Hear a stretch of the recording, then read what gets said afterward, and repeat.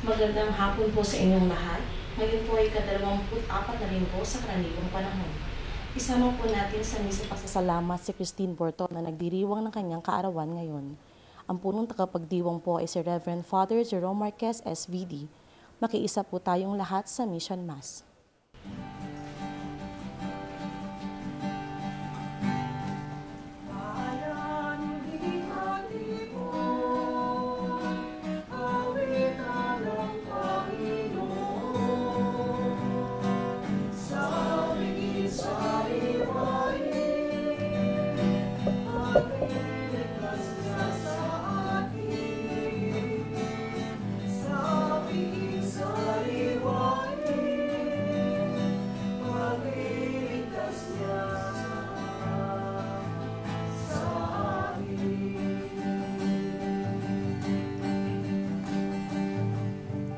Sa ngalan ng Ama, ng Anak, at ng Espiritu Santo. Amen. Sumainyo ang Panginoon. At sumainyo rin. Ang ating pagtitipon ay unay pasasalamat sa Diyos.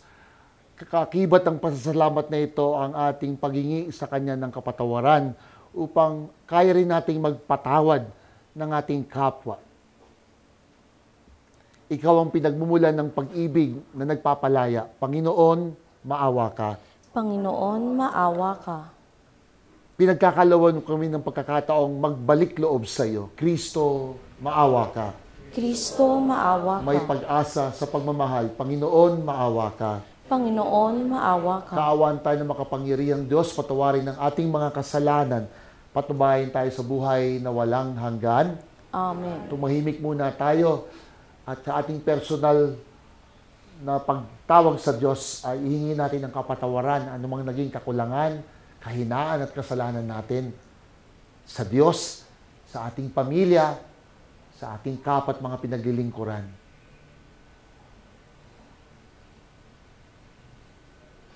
At sabay-sabay natin sabihin ang pagpupuri, papuri sa Diyos sa kaitaasan, at sa lupa'y kapayapaan sa mga taong kinalulugdan niya. Pinupuri ka namin, tinarangal ka namin, sinasamba ka namin, ipinagbubunyi ka namin, pinasasalamatan ka namin dahil sa dakila mong angking kapurihan. Panginoong Diyos, Hari ng Langit, Diyos amang makapangyarihan sa lahat, Panginoong Hesukristo, bugtong na anak, Panginoong Diyos, Kordero ng Diyos, anak ng Ama. Ikaw na nag-aalis ng mga kasalanan ng sanlibutan, maawa ka sa amin. Ikaw na nag-aalis ng mga kasalanan ng sanlibutan, tanggapin mo ang aming kahilingan. Ikaw na naluluklok sa kanan ng Ama, maawa ka sa amin, sapagkat ikaw lamang ang banal, ikaw lamang ang Panginoon, ikaw lamang o Hesukristo, ang kataas-taasan kasama ng Espiritu Santo sa kadakilaan ng Diyos Ama. Amen. Manalangin tayo. Ama naming makapangyarihan, ikaw ang lumikha at tagapagmahala ng lahat ng umiiral. Tunghayan mo kami upang ang iyong awa ay aming maranasan at ipagkaloob mong ikaw ay aming wagas na mapaglingkuran. Sa pamamagitan ni Jesucristo kasama ng Espiritu Santo, magpasawalang hanggan. Amen. Magsiupo ang lahat. Pagbasa mula sa aklat ni Sirak. Ang puot at pagngingit-ngit ay dapat ding kamuhian. Ngunit sa makasalanan, iyay ay pakaraniwan. Natatandaan ng Panginoon ang kasalanan ng bawat tao, at ang paghiganti ay mapaghihigantian din niya. Patawarin mo ang kapwa sa kanyang pagkukulang, at pag ikaw ay dumalangin sa Diyos, patatawarin ka rin naman. Ang nagtatanim ng galit laban sa kapwa, pag tumawag sa Panginoon, walang kakamtang awa. Kung hindi ka nahahabag sa iyong kapwa, paano mong hihingi ng tawad ang iyong kasalanan? Kung ikaw na tao lamang ay nagkikimkim ng galit, sinong magpapatawad sa iyo sa mga kasalanan mo? Alalahanin mo ang iyong wakas at pawiin mo ang iyong galit. Isipin mo ang kamatayan at sundin mo ang kautusan. Dili-dilihin mo ang kautusan at huwag kang magalit sa kapwa. Alalahanin mo ang tipan ng kataas-taasan at matuto kang magpatawad. Ang salita ng Diyos. Salamat sa Diyos.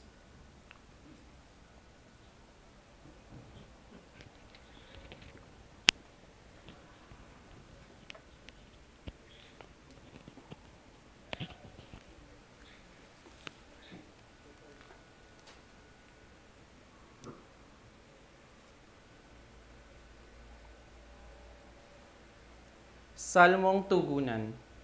Tugon, ang ating mahabaging Diyos ay nagmamagandang loob. Tugon, Ang ating mahabaging Diyos ay nagmamagandang loob. Panginooy papurihan, purihin mo kaluluwa. Ang pangalan niyang banal, purihin mo sa tuwina. Ikaw, aking kaluluwa, ang Diyos ay papurihan. At huwag mong lilimutin yaong kanyang kabutihan. Tugon, Ang ating mahabaging Diyos ay nagmamagandang loob. ang lahat kong kasalanay, siya ang nagpapatawad. At anumang aking sakit, ginagamot niyang lahat. Sa bingit ng kamatayan, ako ay inililigtas. At pinagpapala ako sa pag-ibig niya't habag. Tugon, Ang ating mahabaging Diyos ay nagmamagandang loob. banayad nga kung magalit, hindi siya nagtatanim.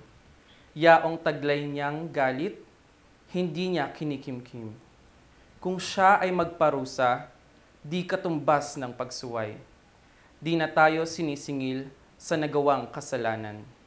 Tugon, Ang ating mahabaging Diyos ay nagmamagandang loob. ang agwat ng lupa't langit, sukatin may hindi kaya. Gayon ang pag-ibig ng Diyos sa may takot sa Kanya. Ang silangan at kanluran kung gaano ang distansya. Gayong-gayon ang pagtingin sa sino mang nagkasala. Tugon, Ang ating mahabaging Diyos ay nagmamagandang loob.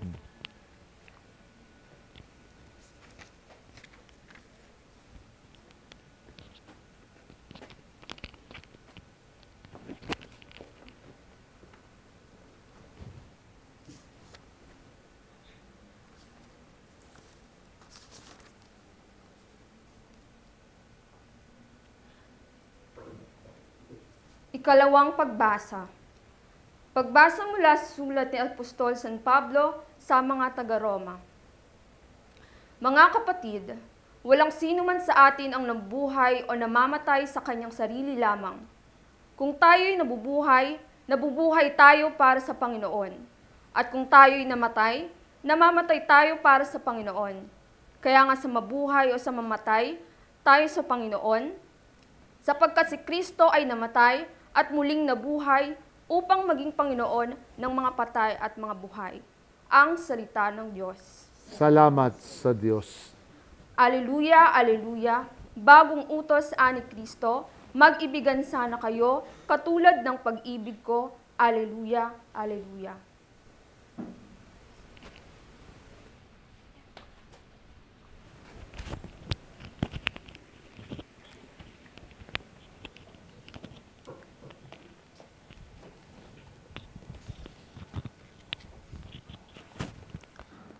Sumainyo ang Panginoon. At sumainyo rin. Ang pagpapahayag ng mabuting balita ayon kay San Mateo. Napuri sa iyo, Panginoon. Noong panahong iyon, lumapit si Pedro kay Jesus at nagtanong sa kanya, Panginoon, makailan kong patatawarin ng aking kapatid na paulit-ulit na nagkakasala sa akin? Makapito po ba?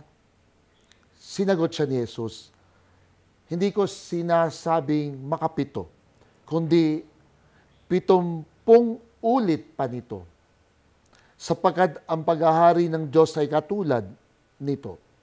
Ipinasya ng isang hari na pagbayarin ang kanyang mga lingkod na may utang sa kanya. Unang dinala sa kanya ang may utang na 10 milyong piso. Dahil sa siya ay walang ibayad, iniutos ng hari na ipagbilis siya, ang kanyang asawa, mga anak, at lahat ng ari-arian upang makabayad. Nanikluhod ang taong ito sa harapan ng hari at nagmakaawa. Bigyan pa ninyo ako ng panahon at babayaran ko sa inyo ang lahat. Naawa sa kanyang hari kaya ipinatawad ang kanyang mga utang at pinayaon siya.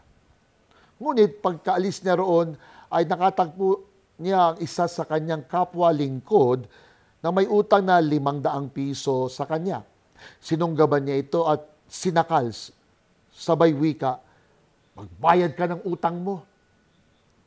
naglumuhod iyon at nagmakaawa sa kanya. Bigyan niyo po ako ng panahon at babayaran kita. Ngunit hindi siya pumayag. Sa halip, ipinabilanggo niya ang kanyang kapwa lingkod hanggang sa ito'y makabayad. Nang makita ng kanyang mga kapwa lingkod ang nangyari, sila'y labis na nagdamdam. Pumunta sila sa hari at isinumbong ang nangyari. Kaya't ipinatawag siya ng hari. Ikaw, napakasama mo, sabi niya. Pinatawad kita sa utang mo sapagkat nagmakaawa ka sa akin. Nahabag ako sa iyo. Hindi ba dapat ka ring mahabag sa kapwa mo? At sa galit ng hari, siya'y ipinabilanggo hanggang sa mabayaran niya ang kanyang utang. Gayon din ang gagawin sa inyo ng aking amang nasa langit kung hindi ninyo patatawarin ang inyong kapatid. Mga kapatid, ang mabuting balita ng ating kaligtasan. Pinupuri ka namin. Magandang araw sa inyong lahat. Napakaliwanag naman ng tema ng binasang ebanghelyo. Pagpapatawad. Forgiveness. Isang nanay ang namatayan ng anak. Ito'y real story doon sa mga mass killing na nangyari sa Amerika. So ang anak niya ay grade 1. Pumasok yung isang taong pinagbabaril yung mga grade 1 students na nangyayari sa Amerika. At ang anak niya, ang isa sa 11 bata na napatay. And you would understand yung grief nung nanay, isang paslit na bata, ang walang kamuwang-muwang at walang kasalanan, upang paslangin ng isang taong disturb ang pag-iisip. At matapos ilibing ang kanyang anak, habang inaayos niya yung damit ng kanyang anak na grade 1, may nakasulat sa isang papel na nakatimo sa kanya. At ang nakasulat na letra sa papel na sulat ng kanyang anak na grade 1 ay 3 words. Nurturing, healing, love. At ang mga katagang ito ang humamon sa kanya upang sa proseso ay mapatawad niya ang pumatay sa kanyang anak. Nurturing, healing, love. Yun pala yung forgiveness. Ang pagpapatawad pala ay isang pagmamahal na nagpapagaling, nagpapahilom, at nurturing, nangangalaga. Anong meron dito sa pagpapatawad na itinuro sa atin ni Jesus? Ang sabi sa Ebanghelyo, Matthew 18, tinanong siya ni Pedro, makailang beses po naming patatawarin ang taong paulit-ulit na nagkakasala sa akin? 7 beses po ba? At ang sagot ni Jesus ay, hindi 7, kundi 70 ulit pa nito. 70 times more. 70 times 7 o 77 times na ang ibig sabihin ay walang katapusan. At doon natin nakilala na ganun pala ang pagmamahal na itinuturo ng Diyos, ang pagpapatawad na walang katapusan. Sapagkat saan nagmumula ang pagpapatawad? Sa ating mga Kristiyano, ang alam natin ay ang pagpapatawad ay nagsimula sa Kanya. Ito'y regalo ng Diyos na may habag, may mercy sa atin. Saan nagmumula ang pagpapatawad ng Diyos? Bakit walang hanggan? Dahil galing ito sa Kanyang pagmamahal. Kaya dun sa tinanggap nating pagpapatawad, Ito yung regalong ibinigay sa atin. Kaya pag nagdarasal tayo ng Ama namin, sinasabi natin, patawarin mo kami sa aming mga sala, gaya ng pagpapatawad namin sa mga nagkakasala sa amin. Kaya hindi lamang ito pagtanggap ng regalo ng Diyos na tayo'y kanyang unang pinatawad, pero pangalawa, hinahamon din niya tayo na kung paano tayo napatawad ng Diyos, mapatawad din natin ang ating kapwa. Tao lang nasasaktan, nag-iisip na maghiganti, nag-iipon ng sama ng loob. Yun lamang sa mga nakikita natin sa mga trending, makat ka laang, naupakan mo na yung nag-cut sa'yo. Namura mo na. Sumilakbo ka na. Sa ALS, walang duda, nagkakasakitan tayo. Nagkakatampuhan tayo. Nagkakasamaan ng loob tayo. Sa pagitan nating mga guro at mga tagapamahala, sa loob ng mahabang panahon, at lalo pagkasama mo lagi, ang pinakamahirap patawarin ay yung pinakamalapit sa iyo. Asawa mo, kapatid mo, katrabaho mo, lalo yung kilala mo, dahil tumatama sa puso mo. Kaya pag tayo nagpapatawad, ano rin ang ibig sabihin nito? Pinalalaya din natin ang ating sarili. Sapagkat ang sama ng loob, ang galit, ay parang bagahe. Bit mo. At habang bit mo yung galit na yan, pati yung relasyon mo sa kapwa mo apektado. Parang kang nasa kulungan, ikaw ang prisoner ng sarili mong galit na ayaw mong desisyonan para pakawalan. Because to forgive is a decision of the heart. Parang kwento ni Cherry Pie Picache. Pinatay yung kanyang nanay, pinuntahan niya doon sa Bilibid. Hindi ko ma-imagine, harap mo yung taong pumaslang sa ina mo. Pero anong dahilan at napatawad niya ito?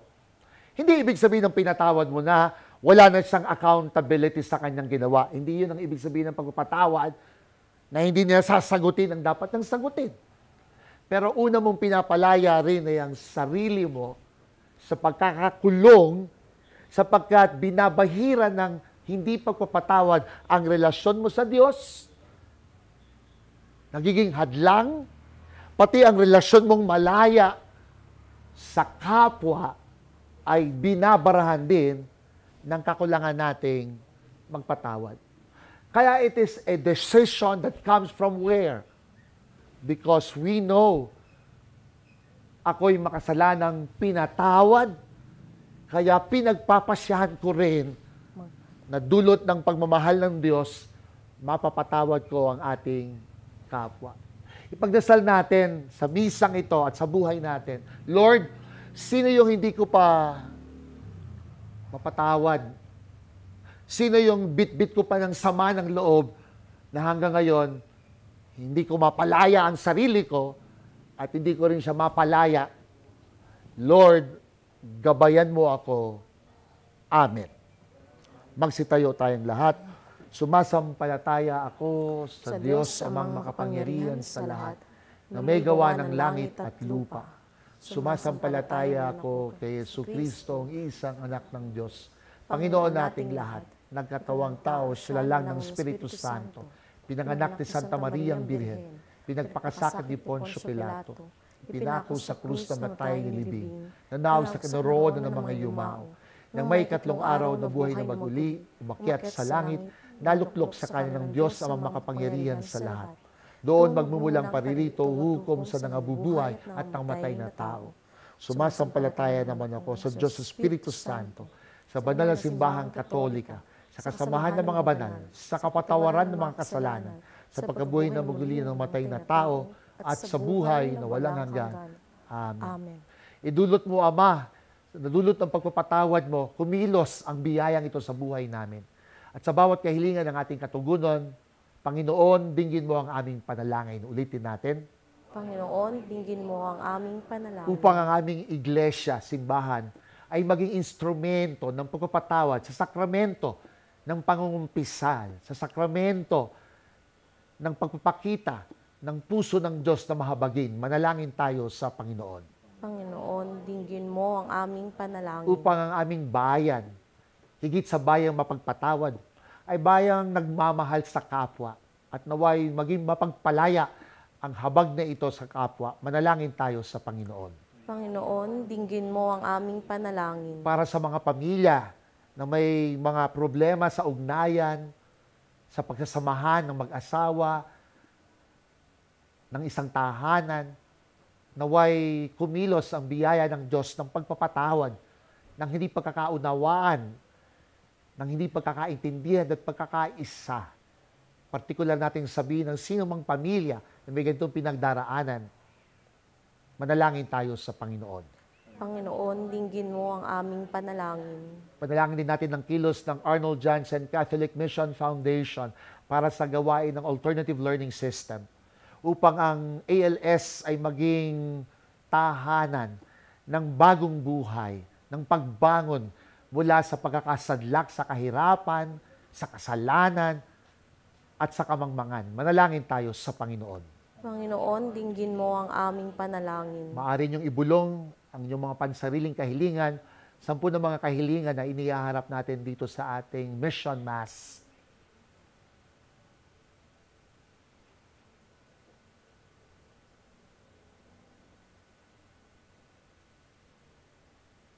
Panginoon naming Diyos, kumilos ang iyong biyaya ng pagmamahal.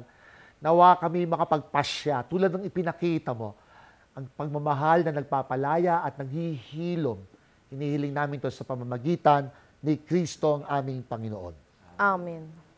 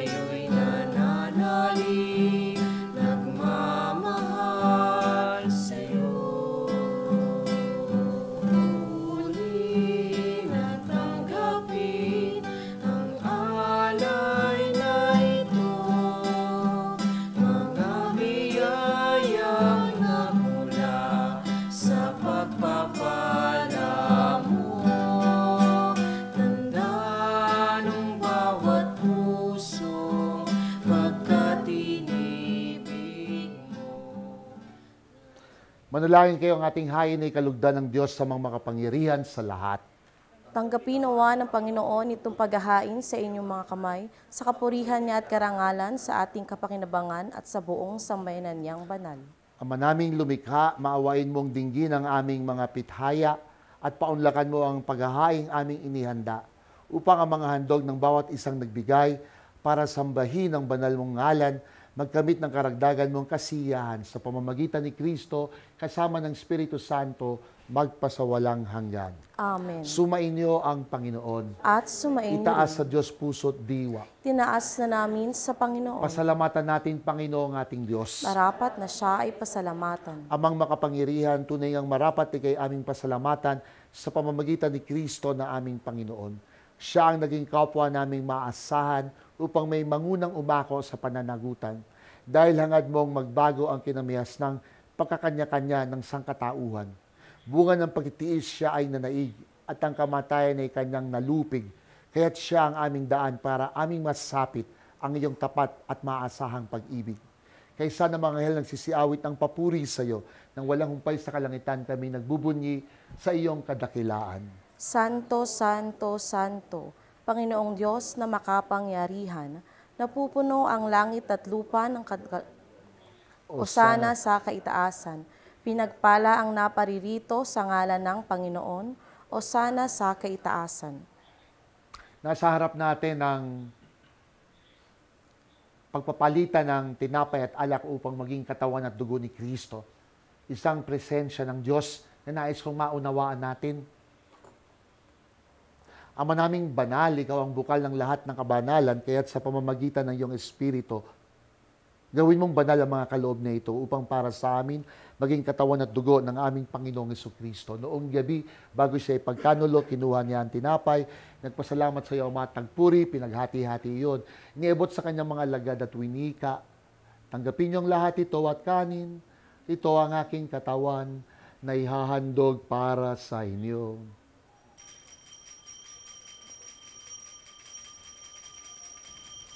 Sabay-sabay tayong yumuko. Gayon din naman, nung matapos ang hapunan, kinuha niya ang kalis, muling nagpasalamat sa iyo, matagpuri. Binigay ang kalis sa kanyang mga alagad at winika. Tanggapin niyong lahat ito at inumin ito ang kalis ng aking dugo, bago at walang hanggang tipan. Ang aking dugong ibubuhos para sa inyo at para sa lahat, sa kapagpapatawad ng mga kasalanan. Gawin ninyo ito bilang pag-alala sa akin.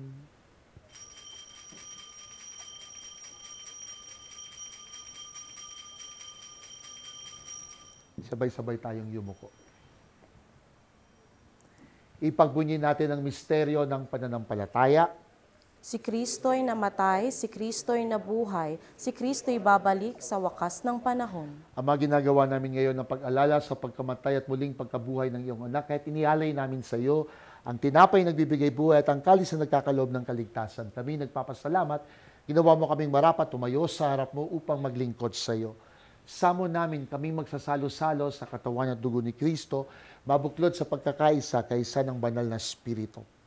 Ama, lingapin mo yung simbahang laganap sa buong daigdig.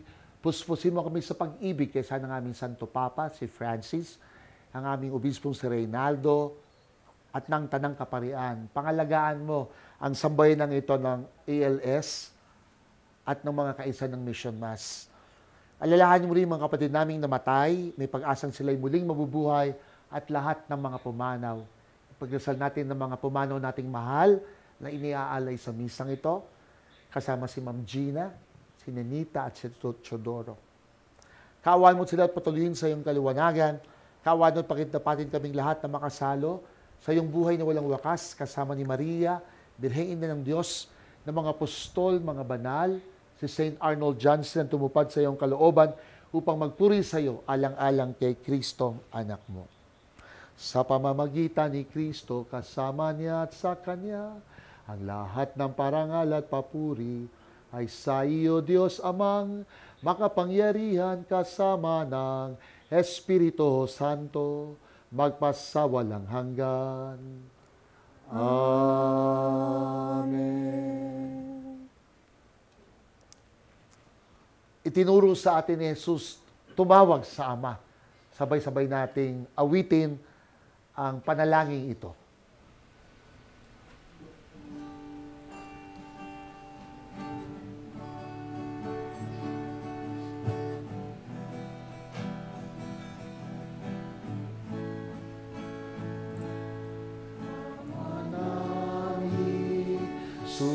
Sumasalangit ka, sambahin ang ngalan mo.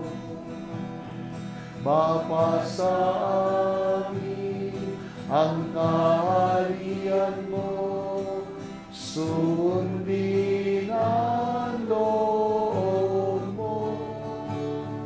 Dito sa lupa para nagsalang, bigyan mo po kami ngayon ng aming kakanin sa araw-araw at patawarin mo kami sa aming mga sala para papatawad namin sa nagkakasala sa amin, at huwag mo kami ipahintulot sa tukso, at iadya mo kami sa lahat. ng masama. Hinihiling namin kami, Diyos, sa lahat ng masama, pagkalooban ng kapayapaan araw-araw, iligtas sa kasalanan at ilayo sa anumang kapahamakan, samantalang aming pinahanabikan ang dakilang araw ng pagpapahayag ng tagapagligtas naming si Hesus Kristo. Sapagkat iyo ang kaharian at ang kapangyarihan at ang kapurihan magpakailanman.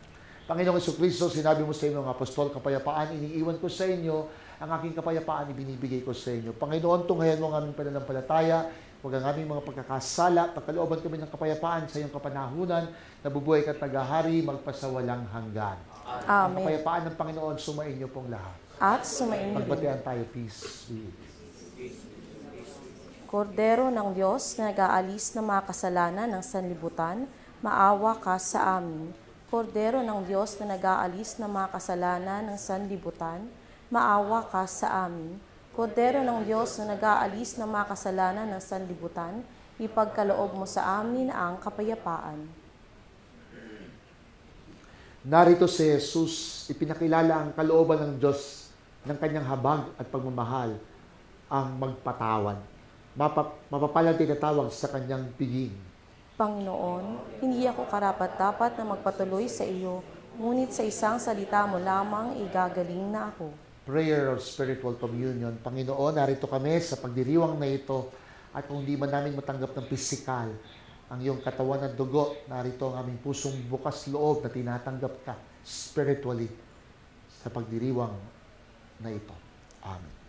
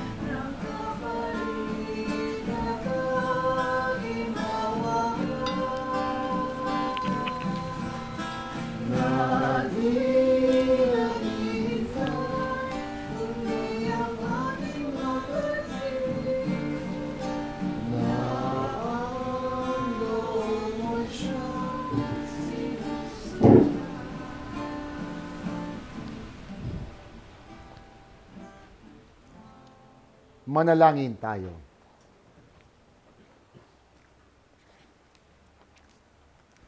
Ama naming mapagmahal, ang aming kalooban naway pagharian ng aming tinanggap na pakikinabang upang wag ang diwa namin ang umiral, kundi ang bunga ng pagdiriwang ang laging mamayani sa amin. Sa pamamagitan ni Kristo kasama ng Espiritu Santo, magpasawalang hanggan. Amen. Nagpapasalamat tayo sa SVD Farm at sa SVD Divine Word Seminary sa pagtanggap sa atin dito sa SVD Farm sa Tagaytay. Malapit lang po ito sa Pink Sister, yung mga nanonood sa atin. Yan. Samantala, pagkatapos ng pagdiriwang na ito, meron tayong short gathering pa rin sa isang lugar dito sa loob ng SVD Farm. And I wish to acknowledge also yung kasama natin na board member ng Arnold Jansen, si Mr. Edwin T. Magandang hapon. At si Edwin ang nagsimula ng Sagip-Dunong at ng ALS ng Arnold Jansen. So, kailangan maalala natin yung tatay-tatay, lolo na ang tawag dyan. Kasi nagsimula siya. So, Lolo Edwin. Yan. Sumainyo ang Panginoon. At sumainyo rin. Pagpalain kayong lahat ng makapangyarihang Diyos, Ama, Anak, at Espiritu Santo. Amen. Ipagdiwang natin ang pasasalamat na ito, humayo, bukas na magpasalamat sa kapwa. Salamat sa Diyos.